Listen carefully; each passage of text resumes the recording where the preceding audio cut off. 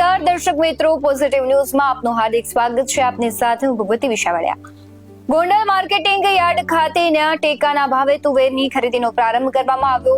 જામાડી સહકારી મંડળીના નેજા હેઠળ નાફેડ દ્વારા કરવામાં આવતી ટેકાના ભાવે તુવેરની ખરીદી કેન્દ્ર ગોંડલ માર્કેટિંગ યાર્ડ ખાતે શરૂ કરવામાં આવી. ગોંડલ તાલુકાના 5000 જેટલા ખેડૂતોનું રજીસ્ટ્રેશન કરવામાં આવ્યું છે. બીજા દિવસે 200 ખેડૂતોને બોલાવવામાં આવ્યા, જેમાં 50 ખેડૂતો માલ લઈ ગોંડલ માર્કેટિંગ યાર્ડ ખાતે આવી પહોંચ્યા હતા. એક ખેડૂત દીઠ વધુમાં વધુ 4000 કિલોની ખરીદી કરવામાં આવશે. નાફેડ દ્વારા ટેકાના ભાવે તુવેરની 1510 લેખે ખરીદી કરવામાં આવી હતી. BS90 ન્યૂઝ સાથે ક્રિસ પટેલ, ગોંડલ. ઉપલેટામાં ગાંધી માર્કેટિંગ યાર્ડ ખાતે ટેકાના ભાવે તુવેરની ખરીદીનો પ્રારંભ થયો છે. ટેકાના ભાવે તુવેરની ખરીદીનો પ્રારંભ થતા ખેડૂતોમાં ખુશી જોવા મળી છે. પ્રથમ દિવસે 30 જેટલા ખેડૂતો તેમની તુવેર લઈને ટેકાના ભાવે વેચવા ઉપલેટા માર્કેટિંગ યાર્ડ ખાતે ટેકાના ભાવે ખરીદી કેન્દ્ર પર પહોંચ્યા. ખુલ્લી બજાર કરતા ટેકાના ભાવમાં સારા મળશે, જેને લઈને ખેડૂતોમાં ખુશીનો માહોલ જોવા મળ્યો હતો. BS90 ન્યૂઝ સાથે Vipul Dhamecha, Upleta. Central electricity authority દ્વારા 4 માર્ચના દિવસને લઈને લાઇનમેન દિવસ તરીકે ઉજવવામાં આવ્યો હતો. તેના ભાગરૂપે 4 માર્ચ રોજના મધ્ય ગુજરાત વીજ કંપની લિમિટેડ ગોધરા દ્વારા લાઇનમેન અને સલામતી દિવસની ઉજવણી કરવામાં આવી હતી, જેમાં અધિક્ષક ઇજનેર, કાર્યપાલક ઇજનેર અને નાયબ ઇજનેર તથા જુનિયર ઇજનેર સહિત મોટી સંખ્યામાં સ્ટાફ ઉપસ્થિત રહ્યો હતો.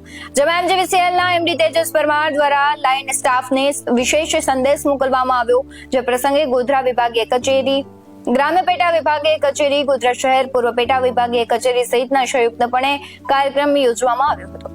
BS90 ન્યૂઝ સાથે સિરાજ જરગાલ, પંચમહાલ. આગામી 8મી માર્ચ એટલે કે આંતરરાષ્ટ્રીય મહિલા દિવસ નિમિત્તે નવસારીમાં પ્રધાનમંત્રી નરેન્દ્ર મોદીની ઉપસ્થિતિમાં લખપતિ દીદી સન્માન સમારોહ યોજાશે, જેને અનુલક્ષીને નવસારી, ડાંગ સહિત વલસાડ જિલ્લા તંત્ર તાબડતોડ તૈયારીઓમાં વ્યસ્ત થઈ ગયું છે.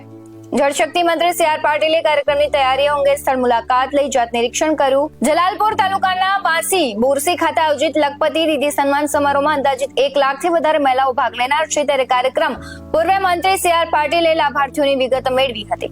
BS90 ન્યૂઝ સાથે શિવમ પંચાલ, નવસારી. ગુજરાતભરમાં લીલાસાના માટલા ફેમસ છે અને આજે સાબરકાંઠા જિલ્લાના છેવાડે આવેલું લીલસા ગામ 180 જેટલા પરિવારો અહીંયા વસવાટ કરી રહ્યા છે. પોતાના ઘરે જ માટલા બનાવવાનું કામ કરી રહ્યા છે. ઠંડી અને કાળી માટીમાંથી બનતા માટલા ગુજરાતના ખૂણે ખૂણે પ્રખ્યાત છે. અન્ય કોઈ વ્યવસાય ન હોવાને કારણે પરિવારો બારેમાસ માટલા બનાવી પોતાનો પરિવાર અને ગુજરાન ચલાવી રહ્યા છે. આ પરિવારો પાસે ન તો ખેતીની જમીન આવેલી છે, ન તો અન્ય કોઈ વ્યવસાય. રોજગારીનું એકમાત્ર સાધન હોય તો એ છે માટીમાંથી માટલા, લુરી સહિત અલગ અલગ માટીના વાસણો બનાવવા.